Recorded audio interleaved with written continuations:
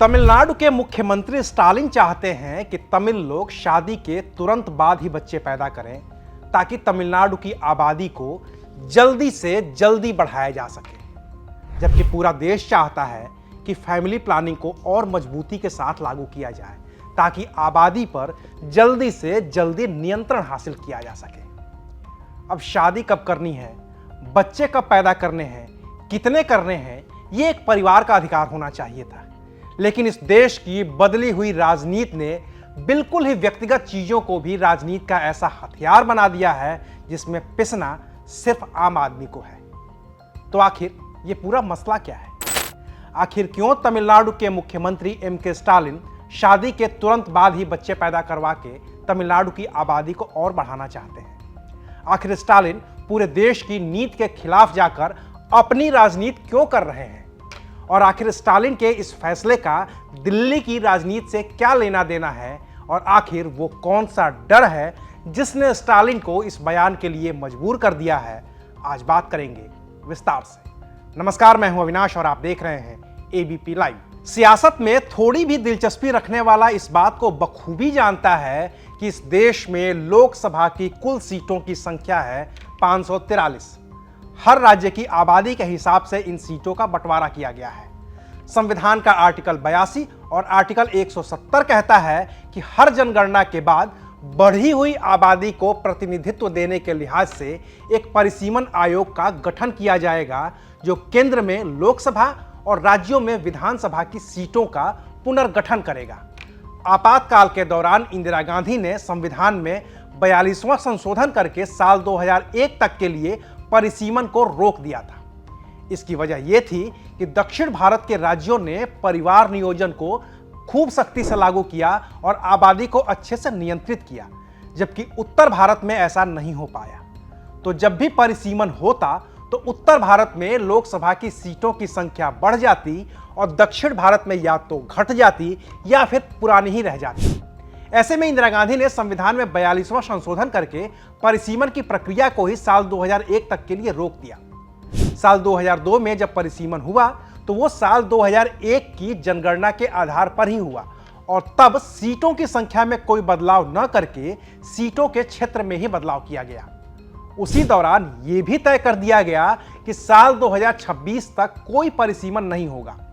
2026 की डेडलाइन इसलिए रखी गई कि तब तक उत्तर और दक्षिण से लेकर पूर्व और पश्चिम तक के राज्यों में जनसंख्या की वृद्धि दर एक बराबर हो जाएगी और तब कोई राज्य इस बात की शिकायत नहीं कर पाएगा कि जनसंख्या के नियंत्रण की वजह से उसके राज्य के साथ कोई भेदभाव हुआ है और उसके यहां सीटों की संख्या घटी या बढ़ी है।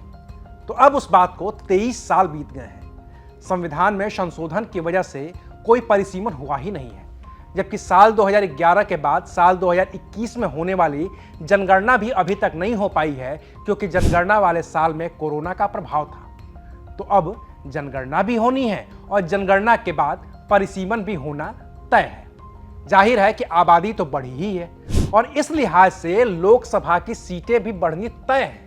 लेकिन जिन राज्यों की आबादी उस अनुपात में नहीं बढ़ी है वहां सीटों की संख्या कम होने की भी आशंका है और इसी आशंका ने तमिलनाडु के मुख्यमंत्री एम.के. स्टालिन की राजनीति को इस कदर प्रभावित कर दिया है कि वो डरे हुए हैं।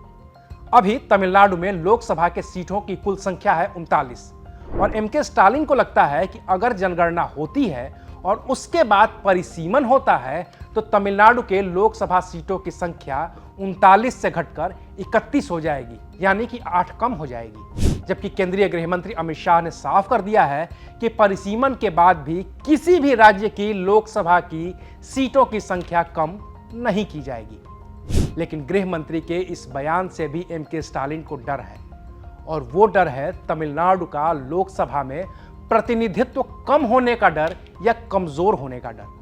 क्योंकि एक तथ्य यह है कि दक्षिण भारत की तुलना में उत्तर भारत के राज्यों की आबादी में बेतहाशा बढ़ोतरी हुई है। अब जनगणना नहीं हुई है तो हम कोई आधिकारिक आंकड़ा भी नहीं दे सकते हैं कि जनसंख्या कितनी बढ़ी है और कहां की बढ़ी है।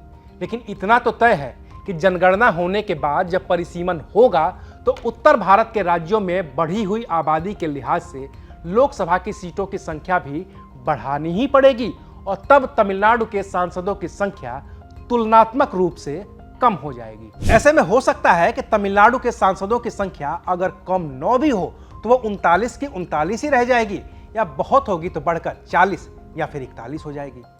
लेकिन इससे ज्यादा तमिलनाडु के सांसदों की संख्या इस जनगणना के आधार पर नहीं होगी। कर्नाटक में सीटों की संख्या बढ़कर 28 से 36 हो सकती है, तेलंगाना में 17 से बढ़कर 20 हो सकती है, आंध्र प्रदेश में 25 से बढ़कर 28 हो सकती है, जबकि केरल में जनसंख्या बढ़ोतरी की दर बेहद ही कम है, तो वहां सीटों की संख्या घट सकती है जो 20 से घटकर 19 हो सकती है। जबकि यूपी के सांसदों की संख्या 80 से बढ़कर 128 तक हो सकती है। वहीं बिहार के सांसदों की संख्या 40 से बढ़कर 70 तक पहुंच सकती है। ऐसे में सबसे ज्यादा चिंता तो केरल को होनी चाहिए थी कि उसके सांसदों की संख्या घटने वाली है, लेकिन मुख्यमंत्री पिनराई विजयन इस मामले में चुप्पी साधे हैं, जबकि सबसे ज्यादा मुखर आवाज स्टालिन ही बने हैं।